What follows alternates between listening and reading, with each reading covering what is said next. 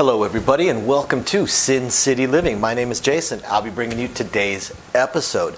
Now I've been trying to get away from doing the intros, but I haven't had a whole lot of success with that. So I'm going to have to go back into doing that again, but I'm going to try and keep this as short as I possibly can.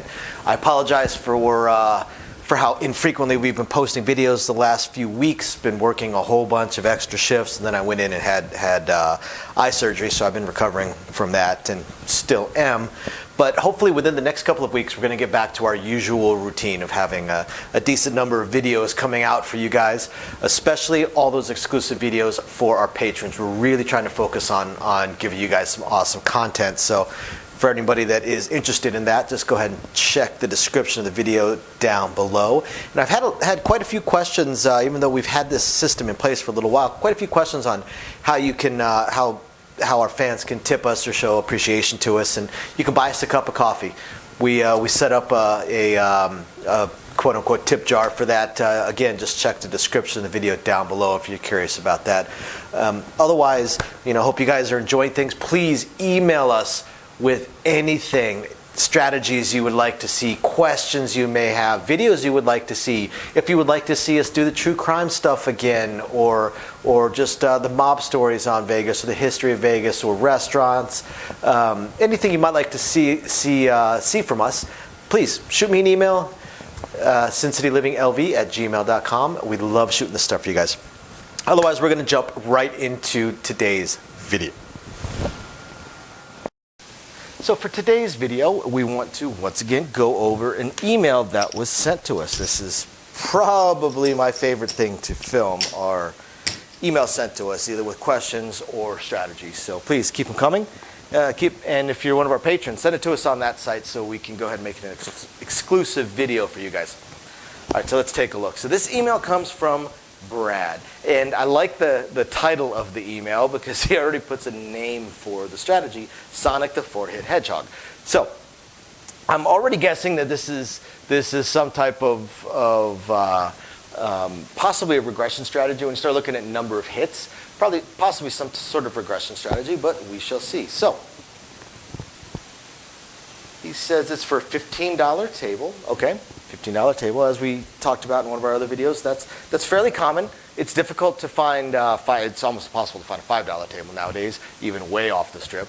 $10 tables, fairly common. $10, $15 tables, which you tend to find off the strip and away from center strip. Even downtown, you struggle to find a $10 table. You'll find a few 15s. Even downtown, you're mostly going to find quarters or up. So, all right, $15 minimum bet table. So he starts out with a $25 don't pass. $25 on the don'ts, and that's on the come out roll. Now after the come out, anything that is not a point, he places. So he's looking at either 81 across or 78 across. So, okay, that would lose. So, Jesus. This is why I don't play craps, guys. All right, 8. Or rather, that's why I only play craps maybe once a year. So in this case, since he's going to place all the numbers, he's looking at 78 across. This is in the camera view. It is 78 across. So now he has all the numbers. One of them he's on the dark side for. Then he puts full odds on his don't pass. Now he says full odds of 150, which means that he is playing on 3, 4, 5 odds table. Which also means he's probably playing on the strip. To get away from, or downtown. Because you get away from the strip or get away from downtown, you're more likely to find 10 times than 20 times odds. It's generally one of their ways of trying to appeal to players to get them away from the strip. So he collects the next 4 hits. Doesn't matter what they are, he collects. So on an inside number, he's going to collect $21. So if he hit inside number 4 times, hopefully not that winning number, then he is going to collect $84. If it's an outside, not an outside number, it's a 4 or a 10, depending on where he's at, he's either going to collect $27 or he's going to collect $29, depending on whether or not it has become a buy. As a quick aside on that, by the way, when you're playing and you have, say you're on a $10 table and the 4 rolls, don't just say buy it, because every place has a different buy level. Come a quarter, every place is a buy. But there are a lot of casinos now where it's a buy at $10, it's a buy at $15. So when you say buy it, what if it's already bought?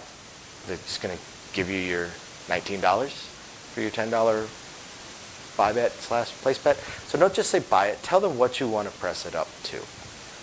We like to be clear when we're dealing with people's money and their bets. So at the minimum, you're going to collect $81. And hopefully, again, you don't have that winning number roll. So once he has collected 4 times, he removes the lay. So now at this point, he is 78 or 81 plus that 25. So he's either $106 or $103 invested. Okay, so he removes the don't pass, and then he places the point for either 24 or $25, depending. So in this case, it would be $25. Okay, so now at this point, they're just the player is just hedging to remove the risk on that don't pass. This will amuse most dealers. Now, it's not a terrible bet because if an 8 rolls, you're going to make a $3 profit. If a 7 rolls, you're going to make a $1 profit. So either way, you're going to make a profit. You just turn the table into a $1 or a $3 minimum bet table, at least as far as those go. You also, depending on what you do up here, if you only had that right there, you also just removed pretty much all your rated play. This player would be rated at this point for a $1 average bet. So swap to that, and then swap to 66 inside. So going to come down.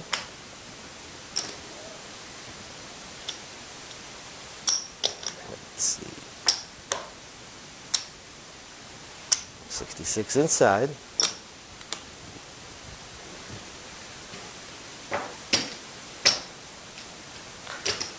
Well, actually in this case, 48 inside.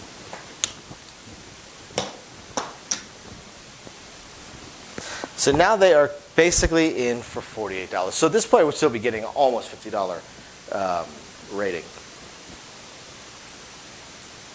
Now, if he hits the point, then he'll go down from that from 25 down to $15, and he'll stay on the come out. It has nothing working. And then from here, he just spreads it out. Just like the email we got from Angelo earlier that we filmed, where you take your inside and you spread it out. So after this, depending on what the point would be, he would either put up the $18 for the 8 or he would move something. But he would stick with the inside and then use it to expand out to 96. So eventually, he's going to, oh, no.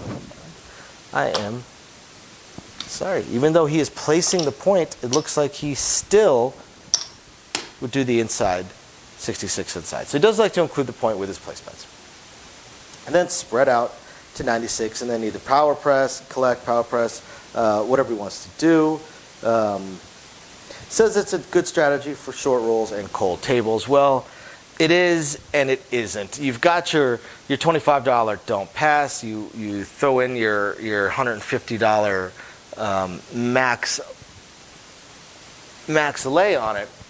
And yes, on a 0.7 out, you're doing okay. Depending on what the point is, you're going to make a profit. On a point winner, you just dug yourself into a really deep hole. That's going to take a little while to get out of. But that's almost every single strategy has one spot. In fact, every strategy has at least one spot that puts you in a hole that's almost impossible to get out of, or very difficult to get out of. So it's not a bad strategy at all. It's actually a pretty good strategy. It's a fairly simple strategy. You are playing both sides, but there's a reason for playing both sides, and the sides don't actually compete with each other. So pretty solid.